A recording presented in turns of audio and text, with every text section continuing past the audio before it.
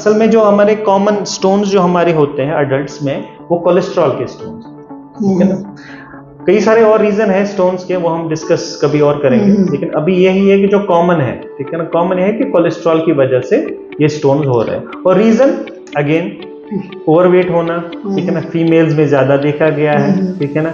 कई सारी कंडीशंस है जिनमें गॉल ब्लैडर का चलना कम हो जाता है और गॉल ब्लैडर में स्टोन बनना ज्यादा हो जाता है, ठीक है ना। मोस्ट कॉमन रीजन जो हमारे यहाँ है वो ये है, फैटी होना, और फीमेल्स में ज्यादा देखा गया है, और मिडिल एज में ज्यादा होना। अच्छा सर, ये जो जीपी रिमूव करते हैं तो बाइल तो स्टोर करता है, फिर ये सेक्रेट कर देता है। अब जिसके पास गॉल ब्लैडर है ही नहीं, वो उसको मतलब उसकी हेल्थ को क्या हो जाता है, क्या फिर ये कोई इफेक्ट करता है? अब अगर किसी ने रिमूव कर भी दिया है, उसके बाद प्रिकॉशनरी मेजर्स क्या करेगा? गॉल ब्लैडर का असल में फंक्शन एक हेल्दी डाइजेशन के लिए बहुत जरूरी नहीं है।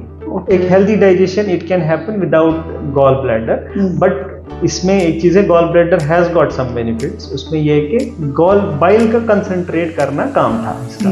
अब गॉल ब्लैडर निकल गया, फॉर सम टाइम बॉडी में थोड़ा सा वो फैटी मील्स का डाइजेशन थोड़ा सा डिफिकल्ट हो सकता है, और कई सारे पेशेंट्स को ना पोस्ट कॉलिसिस्टेमी सिंड्रोम एक तरह की प्रॉब्लम है, जो पोस्ट सर्जरी, हाँ, कई सारी चीजें होती है उसमें, पेन है, इंडाइजेशन, कई सारी चीजें हो जाती है पेशेंट्स को, जो देखा गया है। और जो सर्जरी फॉलो अप पे होते हैं पेशेंट सर्जन के पास, उनके पास वो कंप्लेंट्स लेके आ जाते हैं, ठीक है ना। ऐसा नहीं है कि प्रॉब्लम्स पेशेंट्स करते हैं कंप्लेंट। मैंने बहुत सारे लोगों को देखा है जिनका गॉल ब्लैडर रिमूव किया गया है, अब वो बोल रहे हैं कि हम जब भी खाते हैं हम डायरिया हो जाते हैं। ये कोई रीजन हो सकता है?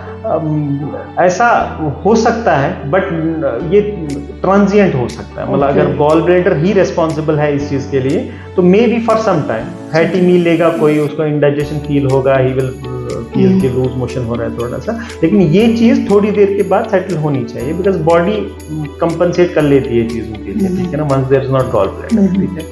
सो वैसे भी एक कॉमन प्रैक्टिस है सर्जिकल प्रैक्टिस में, ये सर्जन्स हमारे कलीग्स जो है वो थोड़ा सा फैट रेस्ट कर देते हैं सर्जरी के बाद से। सो ये प्रॉब्लम तो बहुत कॉमन नहीं है। गॉल ब्लैडर के बाद से जो पेन होना, जो गॉल ब्लैडर की वजह से प्रॉब्लम थी, वो कम हो जाए। सर, ये तो हमने बात की कि गॉल ब्लैडर में जो स्टोन होते हैं वो क्या होते हैं, और जो आफ्टर सर्जरी जो हो जाता है वो क्या होता है, और इसके फंक्शंस क्या होते हैं गॉल ब्लैडर के। लेकिन जिन लोगों को गॉल ब्लैडर में कैल्कुलस अभी नहीं हुआ है, उन लोगों के लिए प्रिकॉशंस क्या रहेंगे? Very good. उनके लिए प्रिकॉशंस वही रहेगी, ठीक है।